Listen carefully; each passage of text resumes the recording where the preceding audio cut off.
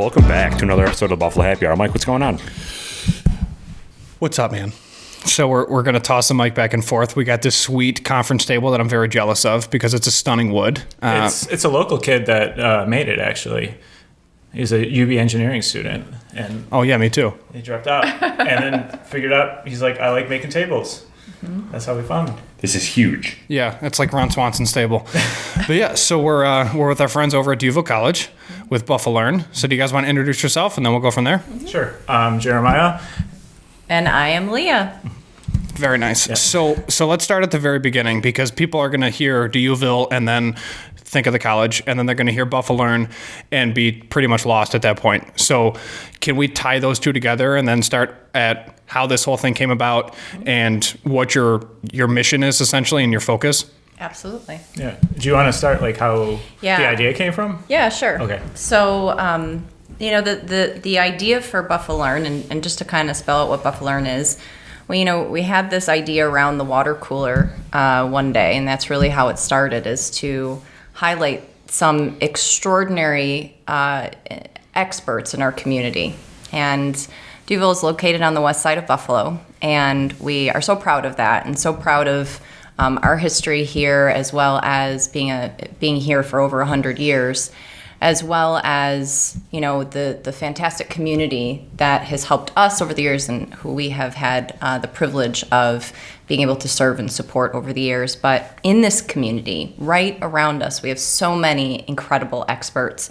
And we love the fact that we're an educational institution. We thought, why wouldn't we kind of marry those two things together in a very unique way? So around the water cooler one day, we were sort of chatting about, how can we do, continuing education, but really in a very informal way, in a way where we can get people to be engaged with, experts in the community in a very different way, through an educational way. And it also allows the experts to share their knowledge and their unique perspectives in a way that's very approachable.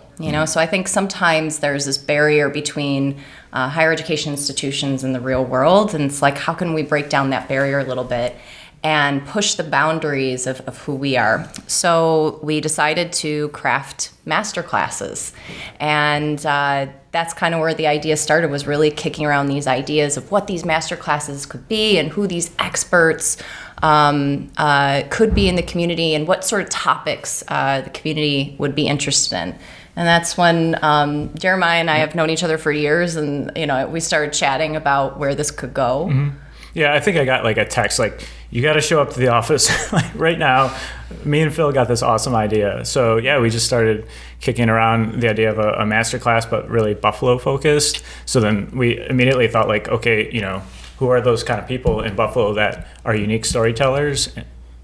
Oh, and so the first one we thought of, who's right down the road, is CBW and Ethan Cox. So we do a lot with CBW because they're down the road, and we reached out to him, sat down, and like we were sitting down, and we didn't quite know what the first course was going to be. He was saying he could take it in a bunch of different directions. You could talk about like the science of brewing or the operations, the logistics. And then he just started talking a little bit about the history of Buffalo brewing, because he's written the book, like literally the book on Buffalo brewing history. And then like I was just engaged, like I was leaning in more, and I'm like tell me more. And then we were kind of like, that's it, like that's what we want the course to be about, because it brought together like so many different pieces of the history of Buffalo, but tied it in with this brewing, like, the socioeconomic reasons for things that happened and everything like that. And it was just a great story. And that's kind of what we look for on top of, being, educational, is a great story. So yeah, that was really the first one that kicked it off. Mm-hmm. So what is the difference between a master's degree and a master's class? And then secondly, for those listening that are outside of Buffalo, what does CBW stand for? Yeah, sorry. CBW is Community Beer Works. So they're a local brewery, started on the west side, and they have their new location right on Jersey and 7th, I think it is, right in the city of Buffalo. A master's degree, you have to go to college, you have to get your bachelor's degree first. Then you go in for a master's degree, and it's very academic and really it takes a long time. And I like to call these courses more like edutainment courses, where you're being educated, but in a more entertaining, friendly way. There's no papers, you don't have to read, hundreds of pages, no midterm, no final. It's just the love of learning that you're going to get, and you're going to learn about, whatever topic it is that we're showcasing on our courses. So you guys don't do this full time, right? So what are your jobs outside of that are, I'm assuming, are tied to the college, correct? So yeah, I'm the Dean of Online Learning at the college. So my primary day job is growing the number of online programs that we have. So we're currently at 13 to 15. I kind of lose track. So we're really invested strategically in growing that, because that's just the way people want to learn these days. So that kind of ties in with the BuffaLearn's Masterclass series and Leah. Yeah, so I wear a few different hats. So originally I was hired to lead, and I still do wear this hat, the Institute for Teaching Innovation, which is our faculty development space on campus. I also oversee strategic planning for the institution, as well as accreditation. So you're asking before, what's the difference between like a master's degree and something like a master's degree or bachelor's degree are very heavily overseen by accrediting bodies, and also having to go through the state in order to get programs like that approved. But doing something like BuffaLearn allows us to kind of dip our toe into the informal learning space, and we're not having to go through accrediting bodies or go through the state. So it's not what we would call really a matriculated program or diploma you would get in the end. And another thing I have had the absolute pleasure and privilege to work on is a lot of community engagement work. So one of the sort of big compilations I've put together over the last year is something called the Thrive Plan. And so we look at how can Duville kind of give back to the community, but also adopt its doorstep community. And we have so many different focus areas on the west side here. We have green spaces. We're kind of one of the stops along the way for one of the Olmsted's complete park system. So we are on that route. We're one of the only colleges to be on a route like this. And besides green spaces, we look at education. We have 12 schools, K-12 schools around us, Buffalo Public Schools and charter schools we're able to interact with, as well as things like supporting our local businesses and local experts who are in the area. So many entrepreneurs and so many manufacturers all up and down Niagara Street. There's such an immense diversity in terms of the businesses that are around us and the talent we have right here in this area. And we just look at how we can better support that and create a more connected fabric between all of these different entities. Sure. So the formation of BuffaLearn, what was the thought process on like what direction you wanted to go? Like you clearly wanted to do educational and entertainment, but at the start, what was entertainment to you? That's a great question. I think, we always look at things like TED Talks or where people kind of have a story to tell, and then how they put that story together. It wasn't just Jeremiah and I obviously putting this together. We had a really incredible cinematographer we worked with as well, who was on staff here. And it's all about not just the person telling the story, but how you kind of, as in podcasting, how you put that story together in an organized way that are going to make people feel something and understand the information in a very sort of linear way. So, when we go and we interview these experts out there, they have so much information to share, but sometimes it's that post-production that really puts the icing on that cake. It really puts that, it makes it more palatable. It makes it more digestible for the public.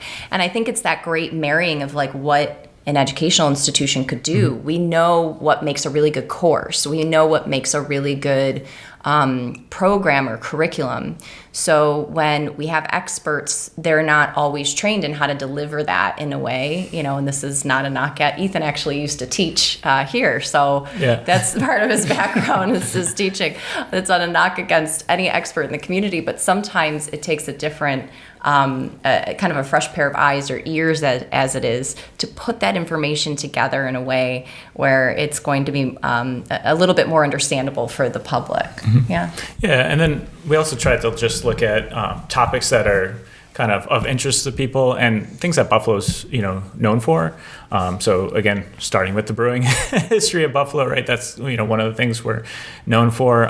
But as we look at future courses, we're trying to look at things like architecture, the great ethnic diversity in Buffalo, sports. Obviously, we love our sports, we love our Bills and our Sabres and things like that. So again, trying to tell those stories in different ways, and then also aligning it with the curriculum that we do have here. So you could think of like the ethnic diversity in Buffalo. Well, we're thinking of doing a food course. Well, we also have a dietetics program, right? So how can we bring in things like the West Side Bazaar maybe and our dietetics students in to kind of tell that story of culture, where you come from, but through like food and different things like that. So we're trying to take a creative spin at it.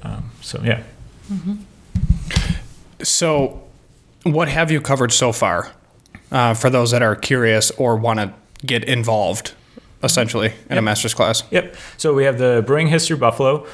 We have Beekeeping 101, and that one's kind of selfishly like mine. So I live out in a rural Niagara County.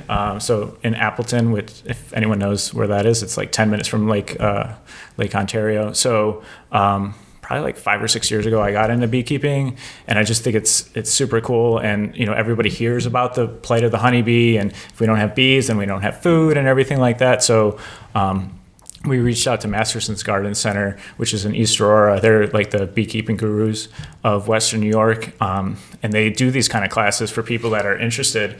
But they, it kind of goes in waves, and they can only do so much. So we approached them and like, hey, you could do this online and part of this series, and then you could reach, more people. So they talk about that kind of stuff, like the plight of the honeybee and what you can do. So even if you're not like interested in really getting bees because you live in Cheektowaga or whatever, but you want to know a little bit more about it, you can take that course. And then the third course that we launched was called Anatomy of a Play, and that's through the Kavanoki Theater. Lorraine O'Donnell, who's our executive director over there, she took the cast and crew of one of the plays, and what they did was lifted the curtain, so to speak, behind the scenes on what it actually takes to put on a play. And after watching the course, like, I didn't know, it's actually like a 2-year process, and they walk you through that, from the director's point of view, from Lorraine's point of view, from the actor's point of view. So it's just, again, a kind of a really unique way to tell a story. We also have 3 more courses from the Kavanoki because of COVID. That they haven't been able to do live performances, so they've actually used this as a vehicle to continue to support live theater in Western New York. And I think that's one of the most interesting things, is not only do we get to hear it, we get to share it with the community, but in some cases it's sharing this knowledge with a whole new population, a whole new group. And it's, I wouldn't say like a marketing tool, but it gives these experts a chance to share what they do and kind of the behind the scenes, or also the knowledge in somebody's head.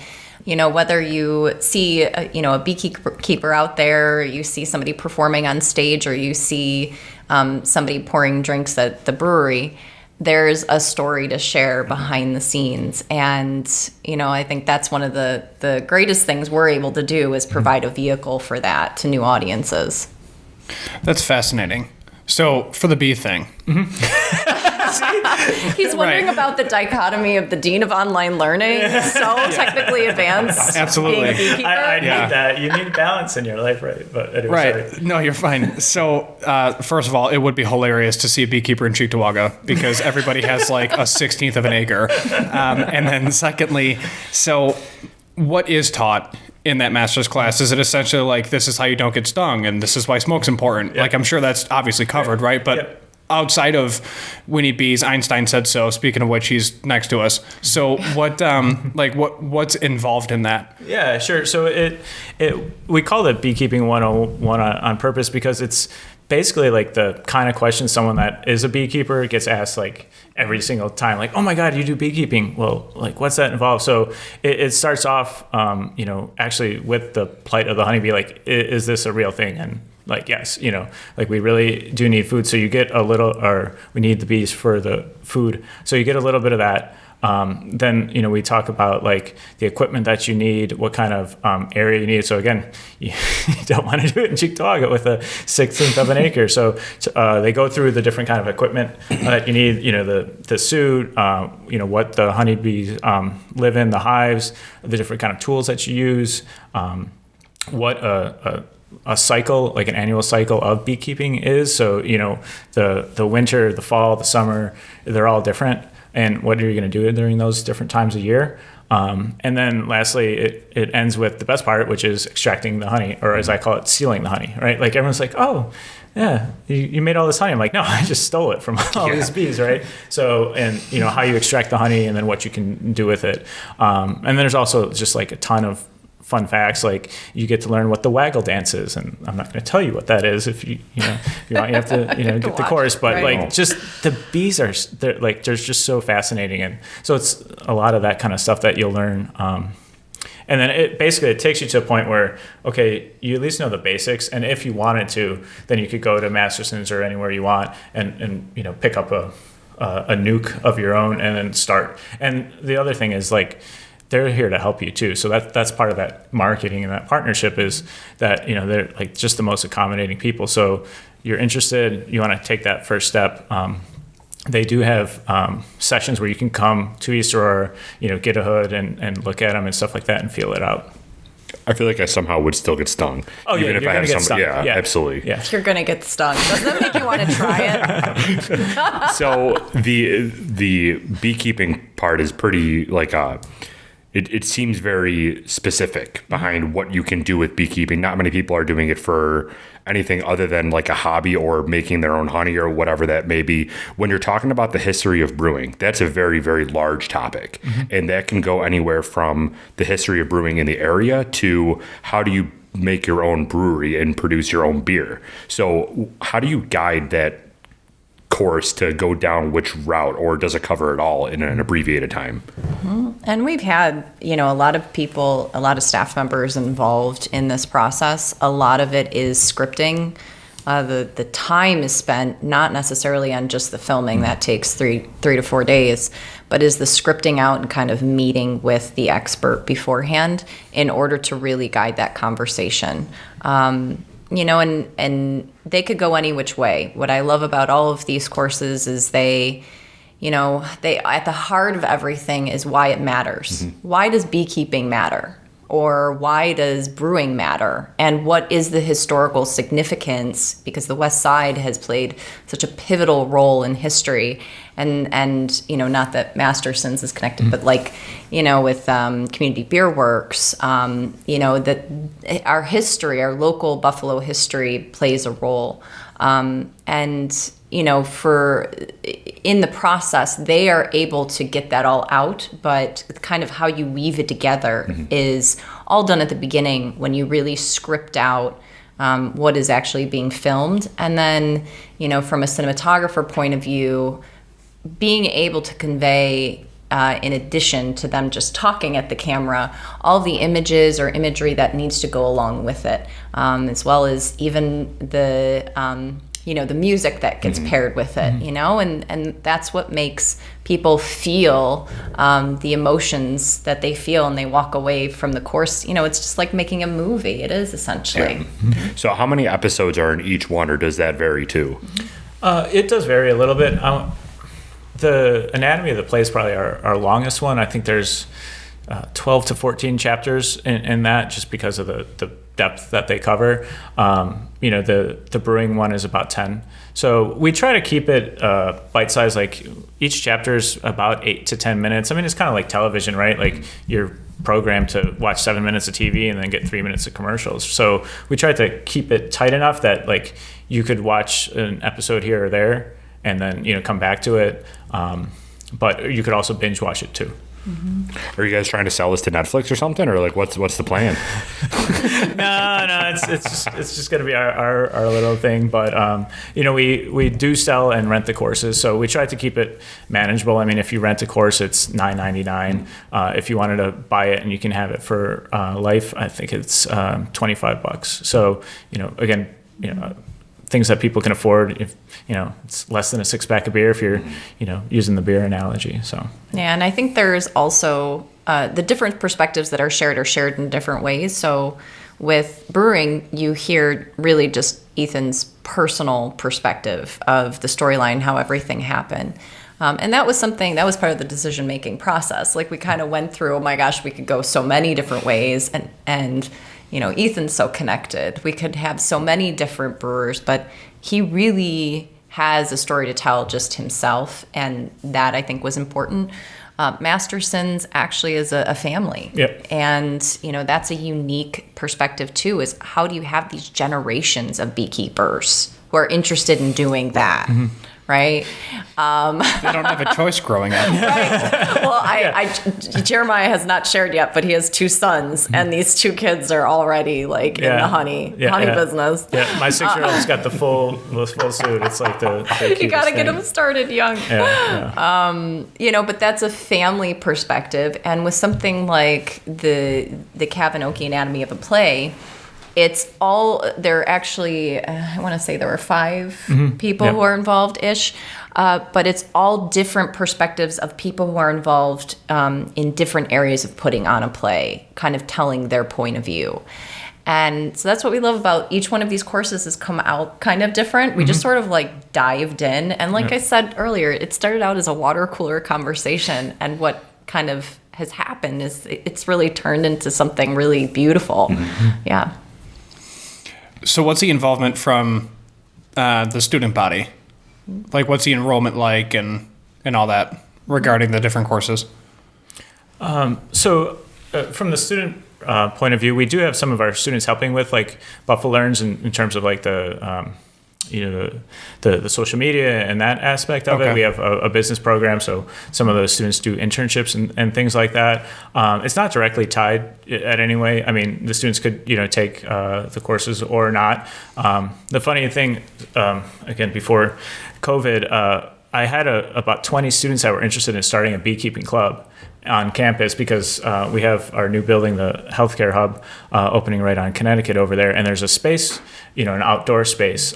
So we talked about, can we have a couple beehives there? And I just literally went on Word, put a picture of a bee on there, and said, "Do you want to sign up?" And showed up to the lunchroom one day, the cafeteria, and had 20 students sign up, and we were going to started, and they were gonna that was their required training, was to at least take the beekeeping 101 video, and then we're gonna bring some hives on campus. We're still gonna do that, obviously. So I think that's gonna be really exciting, because we have a lot of biology students and just students that are interested in beekeeping. So it's not directly tied to the curriculum, but we can bring it in through a student activity. Which brings me to my next question. So D'Youville in itself is known for the healthcare field in regards to majors and programs and things, but so what is also offered at D'Youville? Because there's a lot outside of it's tied to the West Side, but a lot of people just think that's where nurses and doctors go and get their white jacket. That's pretty much it. So what else is involved? Because D'Youville does a ton of stuff, Sure. but most people don't have the opportunity to really discuss it in depth. So D'Youville is known for its many, healthcare programs. So we have 4 schools on campus. So usually colleges are divided up into units. We have 4 schools. And we have the School of Pharmacy. And so we have a few different programs and certificates and certifications within pharmacy. That is one of our bigger schools. Nursing is our biggest school, as you can imagine. Same thing. We have quite a few programs, certificates, and certifications within nursing. We also have the School of Health Professions, and that's made up of kind of the most complex, diverse set of healthcare programs: chiropractic, physical therapy, occupational therapy, PA. And I think there are some really stellar healthcare programs, but we also have many other programs in our School of Art, Sciences, and Education, which also houses business. And we have all different formats too within business or biology or educational leadership. And within all of these formats, you can have like weekends, sort of classes or 5-week classes. Jeremiah kind of heads up the online learning portion of it. We have several online programs as well. So it's not just healthcare. However, we love to, I love to see, particularly from a strategic planning perspective, when programs are really collaborating across the scenes. Like, you would have no idea that a chemist could go into so many different fields, everything from cosmetics to manufacturing. And that's what we want to explore and share, is like, how can maybe healthcare start to blend to create new majors. And that's what we see now happening, is the School of Art Sciences is kind of reaching across and coming up with brand new ways to approach really challenges through creating new programs that are going to help to develop solutions. Which is interesting too, because we're now starting to see a shift from individuals coming out of high school going right to college, but instead they're going straight to a trade school or straight to work, because that's where the jobs are. Yep. Right? So being able to tie colleges into the trade demand in that same collaboration sense would be insane, especially because in the manufacturing field, there's so many jobs. Like, you can easily be a CNC machinist, make a good living wage, and then all of a sudden you can, while you're doing that, take some online courses and things, and then update your resume, and then over time become a chemist, and then just branch into a whole different field in the same company that you've been working in for years and make an insane amount of money. Yep. Yeah. So it's really cool that that's an aspect that's blossoming between both fields. And that's a really important perspective, I think, to consider, is if you are a prospective student or a parent who's working with a student, to kind of know or really research the job potential of a certain career path or trajectory. And also we also love to work with students to explore the salary potential. That's really important in this area in particular, in the West Side, and working with our Buffalo Public Schools and our local K-12 schools is kind of helping students to explore that perspective, because a lot of these students are first generation, not just college students, but first generation Americans. They're supporting their families. And what they do today will have a lasting impact and leave a legacy on their family for generations. And that's something we hold like really close to our hearts as we work with our students, is it's not just this one student. What you're looking at is an entire family dynamic. You are changing the potential of that family if this student graduates. And that's what we love to see happen, as these students come in, they explore, but, much to that point, you may have a student who's interested, they need a job right away. They need to support their family. They are, the only English speaker at home, and they need to bring home a salary. But it's important to kind of lay out those stepping stones. So, some of the projects Jeremiah and I are involved in is really helping to create more on-ramps and off-ramps, as we call them, so that students can duck in and duck out and then duck back in when they need to. And there is no academic penalty. So they're not just leaving with a bunch of credits that really haven't amounted to a certificate or certification. They come out with something so that that's more easily able to be transitioned or transferred back in, right? And when they come back in, it's not just a bunch of credits that don't match up to something. It is a step to a degree. And then that's from there what we can share. Or what we can show is, now you have this certificate. What is your potential from here? What are your possibilities from here? So you may just have one tiny certificate, but just like you were saying, you can go into now a chemistry bachelor's. And from there, it just spreads out to so many other options. And, if you're kind of looking at it in terms of steps, and then we're looking at it in terms of you don't stop, right? So you just keep going. And maybe you get your master's eventually, or you get your doctorate eventually, but you never stop learning. And so that's part of like what BuffaLearn is how can we reimagine the boundaries of what colleges are, so that we keep people engaged. And then if we can get employers on board, then you're looking at, well, it doesn't just stop at when students graduate. They could keep coming back, and then we've tied in with employers to say, yes, they got the certificate, and now their next job potential is X, or promotion potential is X.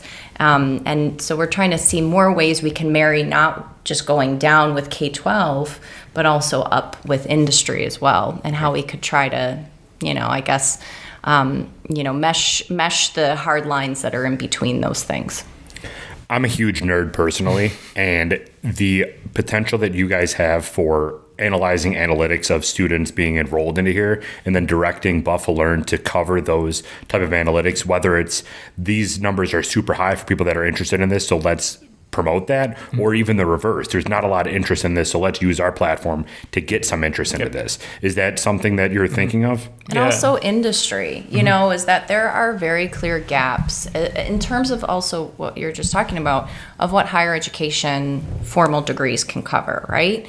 So if you can cover some of those gaps, and this is what I was, kind of alluding to, if you can cover some of those gaps through informal learning experiences, and you've gotten employers on board to credit them in a way, or accept them as a means to promotion instead of just, you need to have a master's or something, then we're helping to kind of fill in the gaps in between where there are cracks, and people are falling through the cracks. They're not getting a promotion because they don't have something.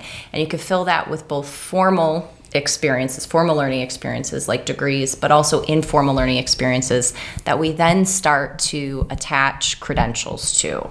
And Jeremiah and I we've done a lot with like micro credentials and things like that. And that's where you see that movement from, is people are trying to fill in the cracks where they exist.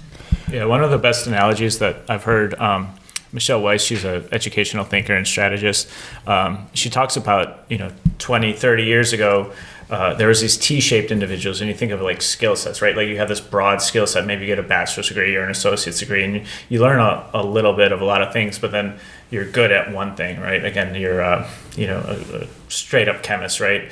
Well, the world doesn't need those T-shaped individuals anymore. They need M-shaped individuals where you have a lot of, you go deep in a lot of different areas. And that's why things like BuffaLearn and the credentials and the professional development that the college is trying to do with these on-ramps and off-ramps is because you might just need that little, bump because, the workforce is evolving so quickly that you just need this skill to kind of get that next job. Yeah, and trades are a really good example of that, right? So even though we may be looking at something like Solar City, you need people who are specialized in assembling, a solar panel, but you also need leaders in there. And so how do you need leaders who really know the field? How do you then, encourage those individuals who are, working in the factory to come out and, get some of those leadership skills? And sometimes it's not always through formal education. It might be through these informal learning experiences. I feel like the shortfall now that's being identified with that movement is if there's no micro credentials or credentials at all to fill that gap, it's basically just have more work experience. And that's the blanket term that's used for individuals that either they went to school and are too qualified because they've been in school since ever, right? So say, you start school in pre-K and then you're out of school with a master's, but you've never worked. Mm-hmm. So now the employer's like, well, you have a master's degree, cool, but because of our current outline, you're literally overqualified for a position, so we can't hire you because now you might take my job. Opposed to you have a bachelor, like Derek and I both have bachelor's degrees in a degree we never use. And to the point is, the old saying was, which I think him and I both fell into, not to speak for you, but to speak for you, is you're essentially having, formal education will earn you a living, and then self-education will earn you a fortune. And that blanket mindset was essentially what turned a lot of people away from college and said, well, screw it, I'll just go to work because then I can just work even harder and I'll just work and work and work. And then you're in the 9-to-5 grind and you're like, where's my promotion? I've been at work every single day. Like, how come I'm not doing anything? It's like, well, you don't have a degree. Similar to a really good example is law enforcement, right? So if you're in law enforcement and you're a patrolman working overnights when you first start, and then over time you might be the school resource officer, and then you're working 7 to 3, then you can switch to days, and then you're cruising for 20 years. But to become a lieutenant, you may need either just the extra civil service exam, or certain departments across the country are like, well, you need this degree to become a lieutenant. To be a captain, you have to have a bachelor's or a master's degree for the department. So then they kind of bridge the gap between employer and education. But you're not really seeing that with trades. Right. And you're not really seeing that with the other positions where, you make it apprenticeships, where you go to work for like the union, and then the union pays you to go to school, and you're literally, you'll wire a hospital for 6 hours, and then you'll go to school for 6 hours, and that's your 12-hour day. Mm-hmm. But having the on-ramp, off-ramp movement is probably going to be the way of the future, because it literally ends you either work or you're either in school, and then you're getting the cross-trained individual who can lead, because you're also developing people skills, and you need people skills to lead. So you can't just be book smart. You have to have the street smarts plus the book smarts and the personality to handle all the stresses with that. Yeah. And I think you identified, there's really two problems is, coming out with the degree, like you said, and not having that work experience, which we see quite a bit. And that's why I think colleges have to work harder and smarter to integrate more college work experience. So we call it a work college model. Not a lot of colleges do it that well, but every student should come out with work experience in some way. It should be an internship. It should be, whether it's a graduate assistantship, so that's inside of an institution, but also how do we get them experience, but also credit, right? We credit the experience they're getting outside of the institution for academic credit.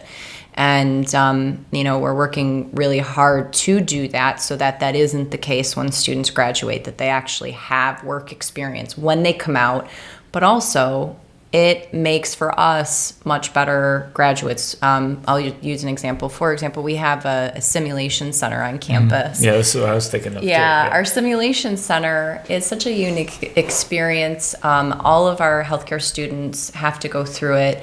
It's PTOT, PA, nursing, and Chiro. They're trying to get dietetics involved. But we hire actors who play patients, and we simulate what would be a real hospital, clinic, or home environment.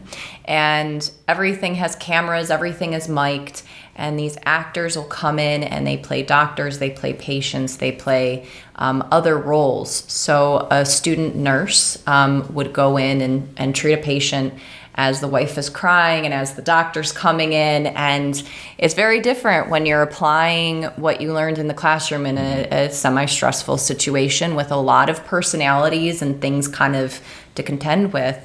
But it's also interesting when we start to see this collision of, different majors. So a PT student might not know what an OT student does. But, what our students get is, a lot of experience. I'll kind of let you talk for it because I feel like... No, yeah. And we want them to be, learning is about making mistakes, right? And that's what we try to provide. I think there's even like a 10 commandments on the wall, and, that this is like a safe space that you can make those kind of mistakes. And you talked about leadership. Like a lot of leadership is building empathy, right? So if you're going to be in healthcare and you want to, move up and be a leader, well, you have to know what the nurse is going through. You have to know what the PT, the OT, because nobody works in silos anymore. So I think that's the great thing about these interprofessional simulations that our faculty put together, is that they craft these really unique scenarios that so the student can go through it and they make the mistake the first time, and then they watch and they debrief and they talk about it,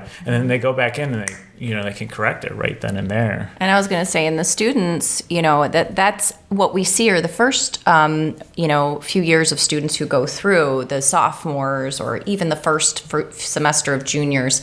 And the students have to go through, every semester. So they get a lot of experience by the time they graduate.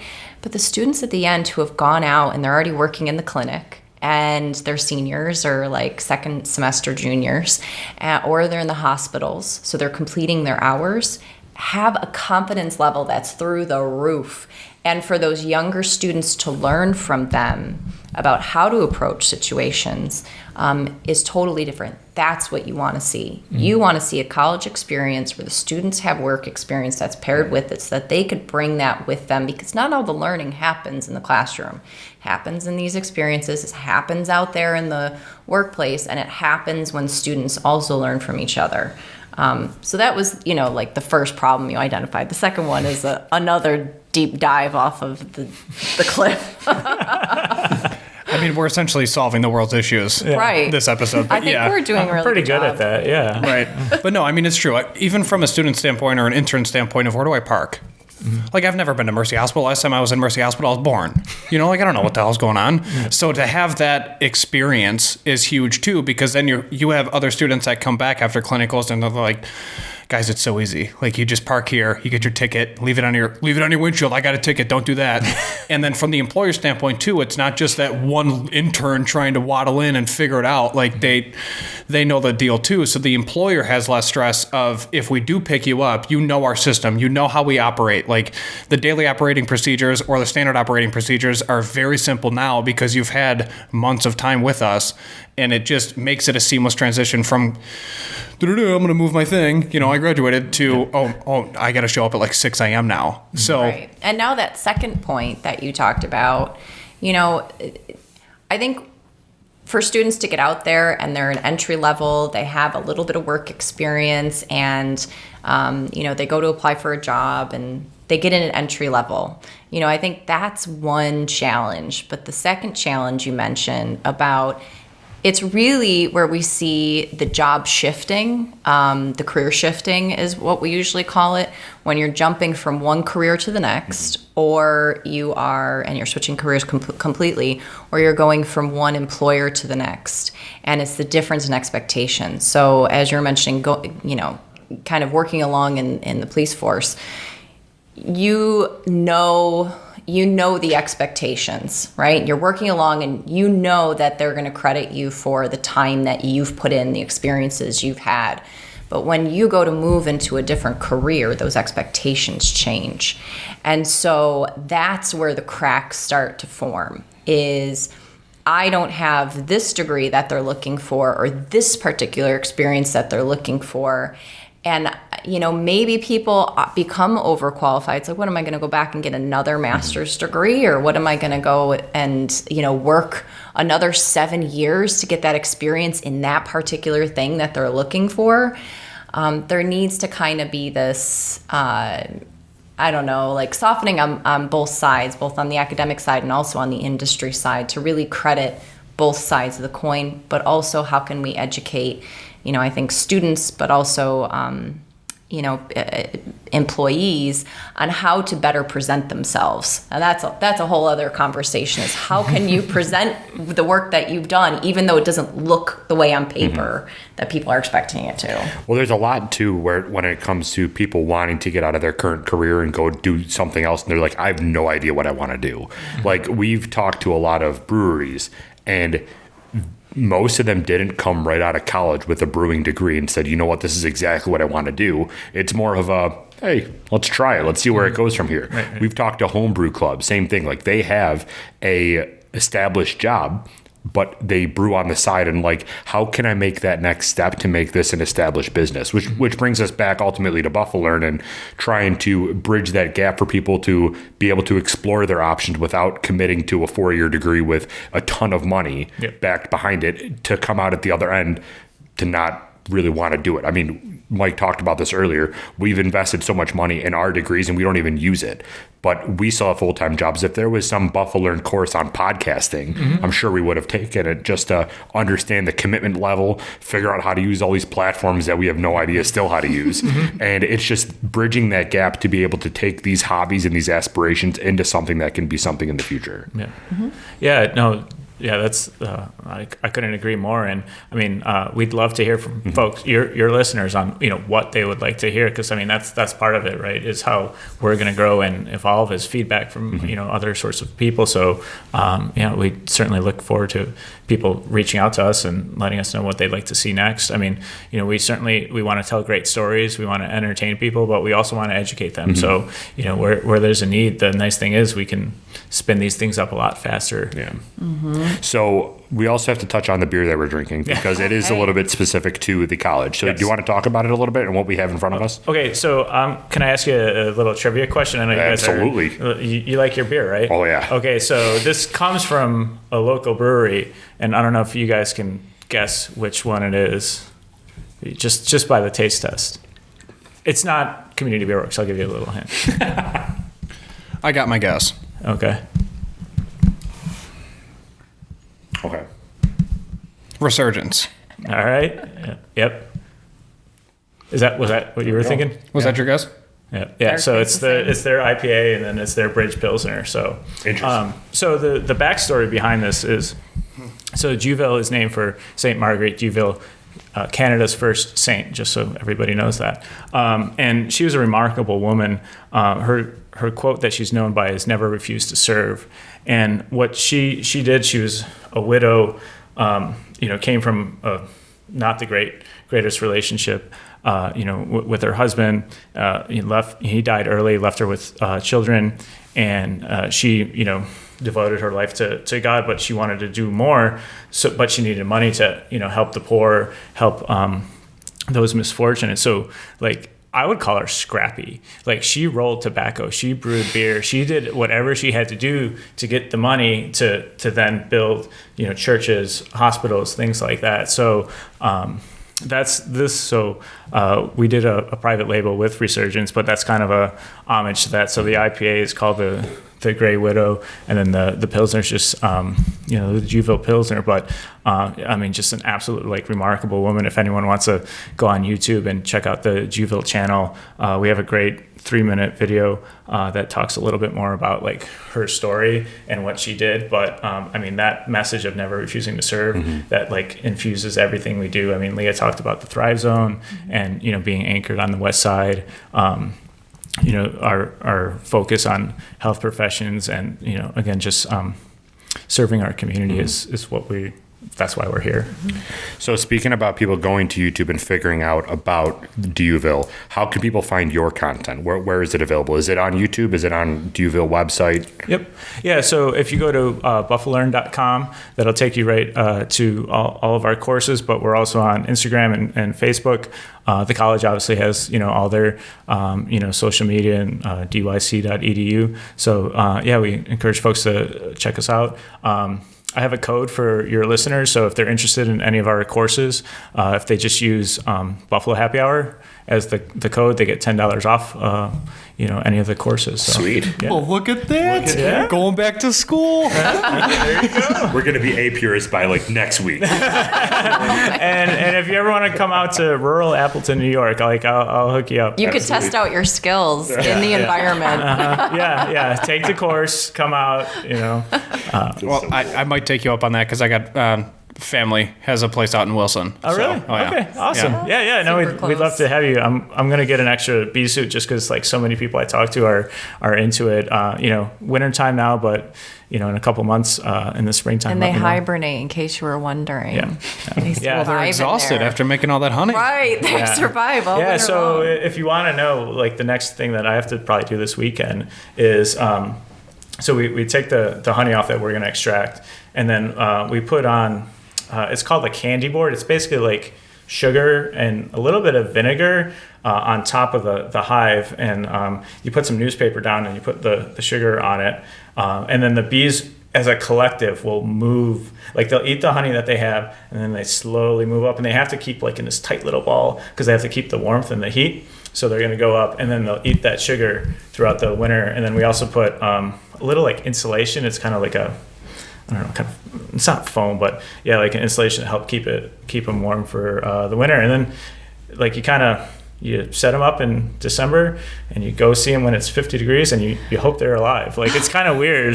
That's crazy. Yeah, but I didn't know any of that. Yeah. So it's cool stuff. So, hey, next time you're in Wilson, come on down. There it is. So what courses are next for you guys? What is that next course that you want to put out there? So the one that I really want to put out, I don't know. Yeah, this will be a contest. Yeah. So, all right, the one that I really want to put out is around Buffalo sports fans. I think we talked about this before we were on the air. There's something in the zeitgeist, or whatever you want to say, like, of a population of people across the world that lose 4 Super Bowls, no goal, no playoffs for like, what was it, 18 years or whatever it is, and they keep on coming back. Like, that's a story that should be told, right? So we've talked to a couple people that are in the local sports arena, and like, we think we might have something. We're also thinking of maybe talking to some of our psychology professors, because again, there's something about that, right? Like, so that's like a Buffalo sports fan thing. It is something that I'd be interested in. And there's another angle to that. Like, everyone knows about Bill's Mafia, right? But all they see is like the Barstool stuff and like the drunken idiocy. But like, and it's finally starting to get a little traction of like all the good that happens. So I think that's another story to tell. Like, yeah, we like our beer, but like, we do good things too, right? We also donate a ton of money. So a ton of money, right? And the thing that I think BuffaLearn is trying to like tap into, how I explain it to people, is like, you're at the airport in Atlanta, wherever, Orlando, and you see somebody with a Bill shirt, or you could be anywhere. And I was in Rome on my honeymoon. I had my Bill shirt on outside the Coliseum, and someone's like, "Oh," and you're like, "What is that?" Right? Like that. I want to tell that story. So that's the one I want. Yeah. Well, mine is definitely Buffalo food. Selfishly, because I feel like if I'm involved, I'll get to try it all. But, we kind of had this idea early on, because the West Side is such a little melting pot of so many different cuisines and so many different ethnicities, to do, a really big feature. And also it's home to 2 James Beard nominees, which is a really big, culinary award. That's incredible. Like, that we have 2 right here on the West Side is just like unheard of. So that's what we wanted to do. We really wanted to do kind of this range of, looking at different sort of cultural or cuisine experiences from a cultural lens. And, it's everything from, how do we grow our food? So the West Side is home to 3 farms. A lot of people don't know that there's urban farms just right down the street. And those farms feed into cuisine and the culinary side of things and restaurants. And then it also feeds into really the cultural aspect. So that's, what I'm most excited about is kind of looking at that and also trying the food. Yeah, really. That's awesome. So anything else you guys want to add? We covered a ton of stuff, everything from BuffaLearn to Dewville in general. Is there anything else that you guys want to point out before we close it out? I don't think so. I think I'm good. I think, one thing we're really excited about over the next few years is opening up our 3.5-story healthcare hub. So this healthcare hub, really everything that we talked about today is going to be a part of this new facility. And it's going to be, like, as I mentioned, 3.5 stories. Hopefully Jeremiah's beehives will be on the top floor in the garden. But it's a new structure already, taking shape on Connecticut. And, we're hoping that it will add to the really interesting landscape in between the river and, Connecticut all the way down to Richmond. But in this space, you're going to have a dietetics test kitchen on the first floor, a clinic, and as well as a pharmacy. On the second floor, there'll be PTOT rehab spaces, as well as a full simulation center. So right now we have a kind of starter simulation center. It's fully functioning. It's been amazing, but we're going to make it 10 times the size of what it is inside of the healthcare hub. And so this will open up the opportunity for a lot of what we've been talking about today, which is how do you start to bridge the gap between academics and professional and the workforce development side of things. So this will also provide a space not just for the needed services on the west side that are very hard to find, from mental health to kind of those hard sciences health, but also it'll provide a space for workforce development to take shape, and for what I think all colleges want to see, which are professionals kind of coming back and interacting with students and kind of keeping the curriculum up to date in that very unique way of, I'm coming back for an education, but also let me educate you, and that whole sort of dialogue and sharing that happens in between. So, and then on the very top floor, there's going to be a event space that will be a community event space as well. So it'll allow us to interact with the community in brand new ways, and we're really excited about it. Cool. Well, thank you guys very much for coming. We really appreciate having you on. Go check out BuffaLearn on all their social media, and also use code Buffalo Happy Hour to get some a discount on your learning experience. So thank you guys so much. We really appreciate it, and we'll see you next interview. Thank you. Thanks. Thanks for having us.